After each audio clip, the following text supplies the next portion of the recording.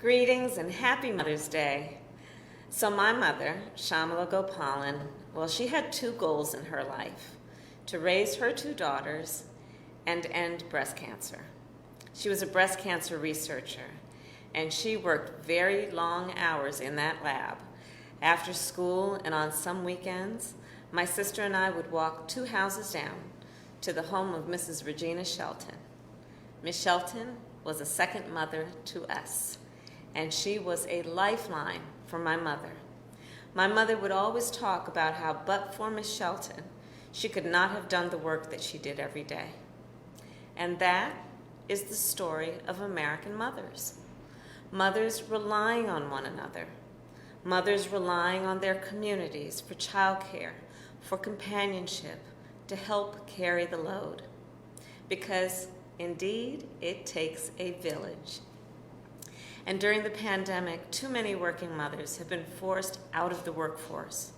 Too often because they did not have the support that they need, that they deserve. President Joe Biden and I are determined to change that.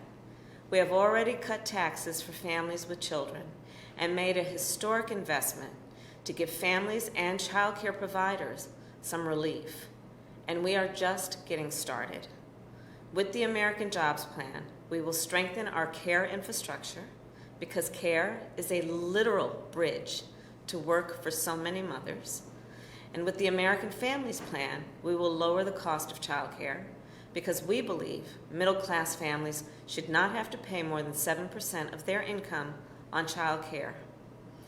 You know, I can still remember my mother sitting at the kitchen table late at night, trying to make it all work. And somehow, she always found a way. This past year, I've met so many mothers like her. In fact, just this last month, I met Melissa Wesby. She tucks her 3 children into bed before they wake up. She leaves for work caring for COVID-19 patients as a nurse in Baltimore. And she talks about her husband and their partnership to make it all work. She loves her job, and she loves her family. And she is a hero.